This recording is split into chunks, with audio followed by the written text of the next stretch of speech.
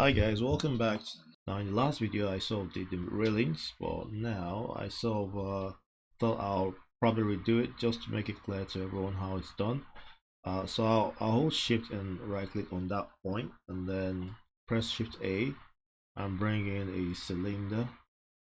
Just tap into, make sure it's 16, we don't want it to be too large in vertices. So tap into edit mode and S. So tap into edit mode and press S and reduce it to that size. So our character is still there, so we can always use the character to evaluate its size. So I'll just press S and bring it further down in, and that looks alright. I'll tap into object mode. I'll press the dot key to get closer. I'll just look for where the screencast keys is so I can enable the screencast keys.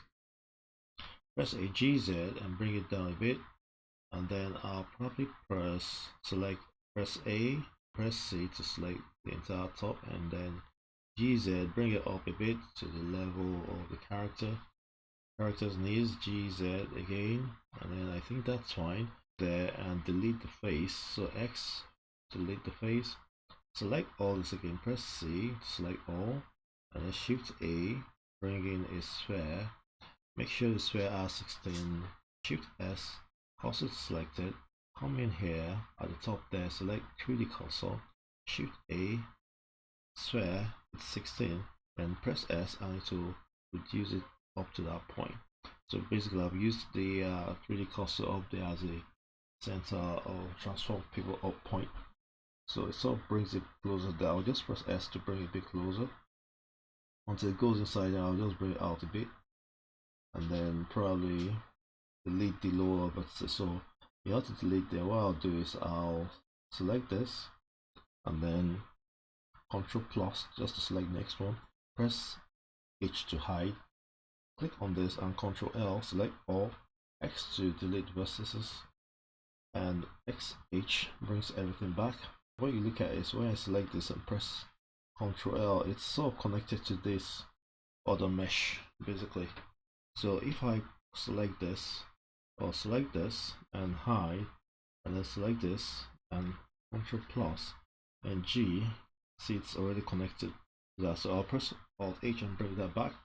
So in the other video what I do was actually do it separately, but now it's all connected. So I'll make sure that it's the transform is fine. I'll just select item. So I'll just press Ctrl A to apply all transforms. And the next thing is that we want to attach it to that curve there. We already made this curve in the other video, but the only thing that we did in the other video that I'm repeating here is just to add in this vertical bar. So I'm just going to add the array modifier, and then we'll sort of select the curve, and then I'll select that curve there. I guess it's already showing there. So it's already going in that direction, basically based on the array. So what I'll do next is simply add another modifier, a curve modifier, and then for this I'll select the curve again, and then you can see it follows this curve, and you'll notice that the support is actually a bit far away from the curve. So what I'll do next really is just tap into edit mode. You'll see it's not exactly at the center of gravity of the curve. So if I click the curve, you can see that's the point, that's the center of gravity of the curve. I'm just going to select the vertical bars, tap into edit mode, press A to select all, press 7 to go to the top, come closer and move it, press G and just move it to that point there, and then go into wireframe mode, make sure I'm at the center, press dot to go straight in, scroll in, and then press G and select it and put it at that point. So tab back into object mode, and then solid, you see it's now following the curve. So all I have to do now basically is to increase the spacing. To do that, I'll just increase the spacing for the X axis. So if I come down here, I can actually monitor from here, and if I put 20 there, I put 30, yeah, so that's much better than what we had before really.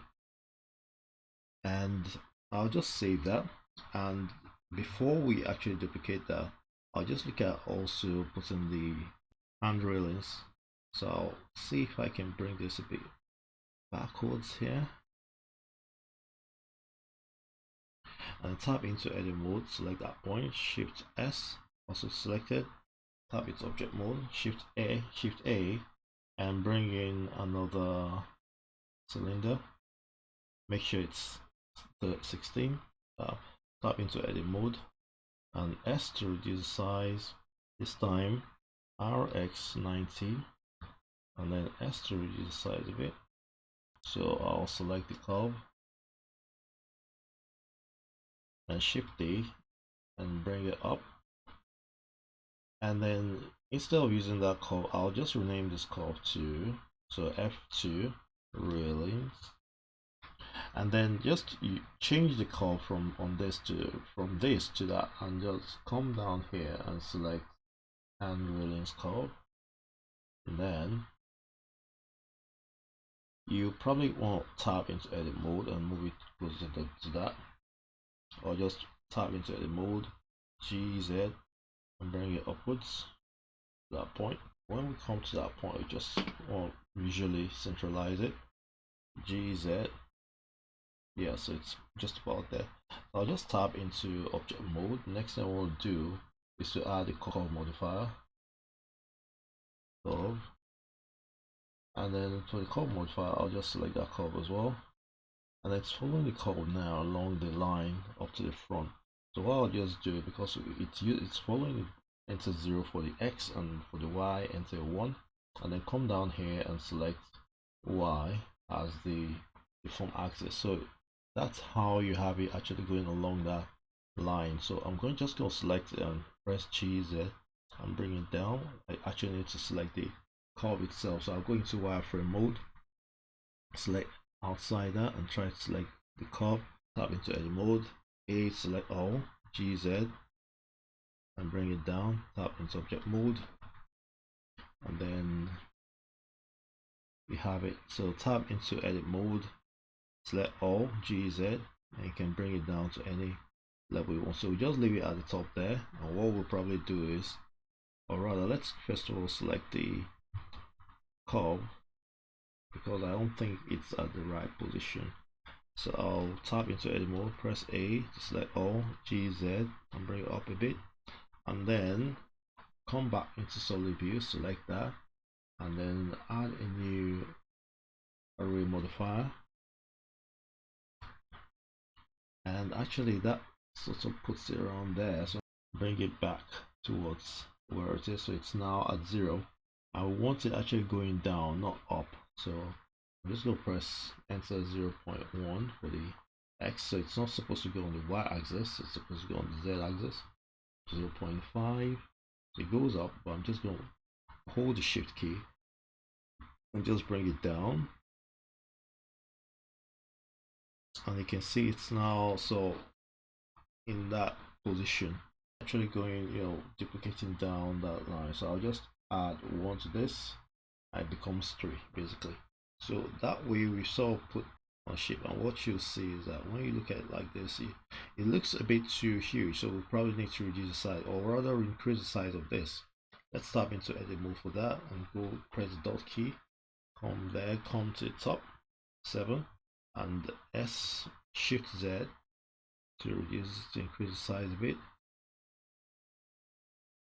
So let's reselect this to medium point.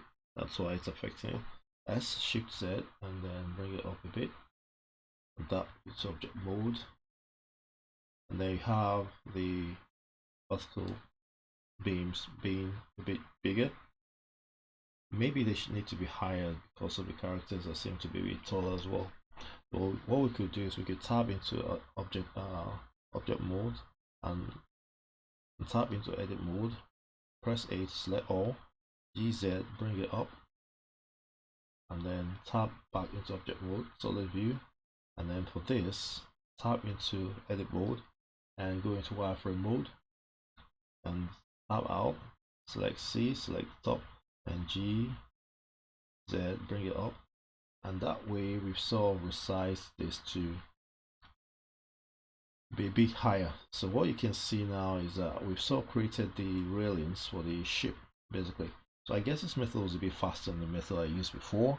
I hope you understood how I went about it. It's selecting the mesh, adding an array modifier, then selecting the curve itself in the curve, and then adding a second modifier, the curve, and then selecting the curve as well. And then you have it actually following the curve. So thanks for watching, and in the next video we'll sort of duplicate this onto the other side and then export it to you.